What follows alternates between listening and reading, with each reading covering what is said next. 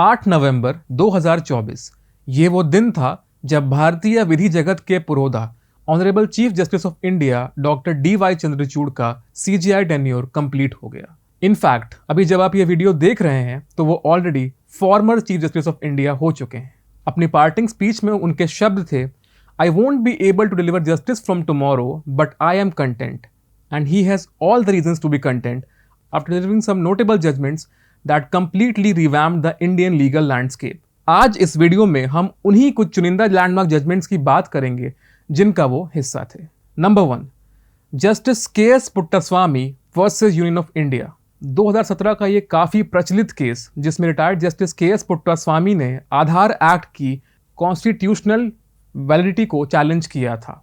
इस केस में जस्टिस चंद्रचूड़ ने कहा था कि आर्टिकल 21 के तहत privacy was an intrinsic part of the right to life and personal liberty and also a part of the freedoms guaranteed by Part 3 of the Indian Constitution। Number 2, Navtej Singh Johar versus union of India. इस case को कौन नहीं जानता, यही वो case था जिसने Indian penal code 1860 के one of the most controversial provisions यानी कि सेक्शन 377 को स्ट्राइक डाउन किया था और कंसेंटिंग अडल्ट्स के बीच सेम सेक्स रिलेशंस को डिक्रिमिनलाइज भी किया था। अपनी कॉन्करिंग ओपिनियन में उन्होंने ऐसा माना कि इस सेक्शन ने एक पर्टिकुलर क्लास ऑफ सिटीजन्स को मार्जिनलाइज कर रखा था and right to sexual orientation को रिकॉग्नाइज ना करना उनकी प्राइवेसी का क्लियर कट डिनायल था। Number 3, Joseph Shine versus union of India. Former chief justice of India justice Deepak Mishra की 5 जज बेंच ने इस लैंडमार्क केस में इंडियन पिनल कोड 1860 के सेक्शन 497 जो कि अडल्ट्री को एक ऑफेंस मानता था उसे डिक्रिमिनलाइज किया था। अकॉर्डिंग टू द बेंच ये आर्केइक और पेटर्नलिस्टिक प्रोविजन वॉयलेटिव था article 14, 15 and 21 of the Indian constitution. अपनी कॉन्करिंग ओपिनियन में उन्होंने लिखा था, the law in adultery is a codified rule of patriarchy और कहीं ना कहीं यह विमेन को मैरिटल बॉन्ड के अंदर एक लोअर पेडेस्टल पर रखता था। Number 4, Indian young lawyers association versus state of Kerala.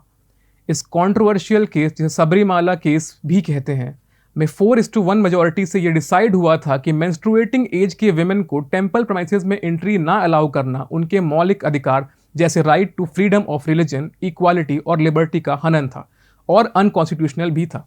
अपनी कॉन्करिंग ओपिनियन देते हुए जस्टिस चंद्रचूड़ ने कहा था कि this prohibition was not an essential religious practice and Lord Ayyappa के डिवोटीज आर्टिकल 26 के तहत रिलीजियस डिनोमिनेशन में नहीं आते थे। Number 5, M Siddiq versus Mahant Suresh Das also known as the Ayodhya title dispute case.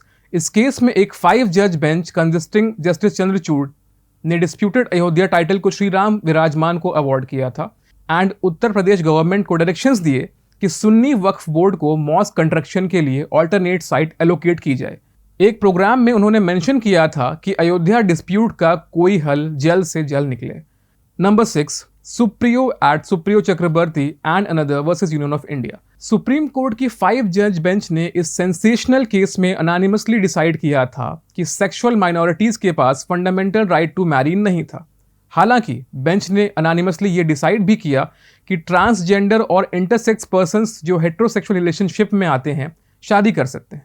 इस जजमेंट में जस्टिस चंद्रचूड़ की ओपिनियन थी कि special marriage act 1954 non heterosexual couples को एक्सक्लूड करके किसी तरह का डिस्क्रिमिनेशन नहीं कर रहा था और स्पेशल मैरिज एक्ट 1954 को अनकॉन्स्टिट्यूशनल घोषित करना इंडिया को प्री इंडिपेंडेंस स्टेज पर लाकर खड़ा कर सकता है। नंबर 7, इन री article 370 of the constitution of India. 11 दिसंबर 2023 को सुप्रीम कोर्ट ने यूनियन गवर्नमेंट द्वारा आर्टिकल 370 को एब्रोगेट करने के मूव को अपहेल्ड किया था जो जम्मू एंड कश्मीर को स्पेशल स्टेटस ग्रांट करता था। इस फैसले में सारे जजेस ने यह माना कि आर्टिकल 370 एक टेम्पररी प्रोविजन था जो जम्मू एंड कश्मीर की तत्कालीन स्थिति को देखते हुए बनाया गया था।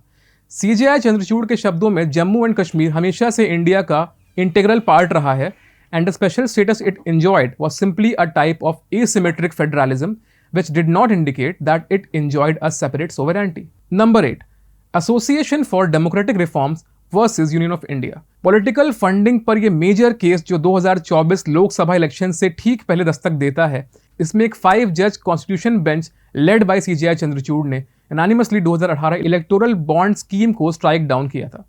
बेंच का मानना था कि ये स्कीम वोटर्स के राइट टू इंफॉर्मेशन का वायलेशन था, which is enshrined under article 19 clause 1 sub clause A of the constitution of India.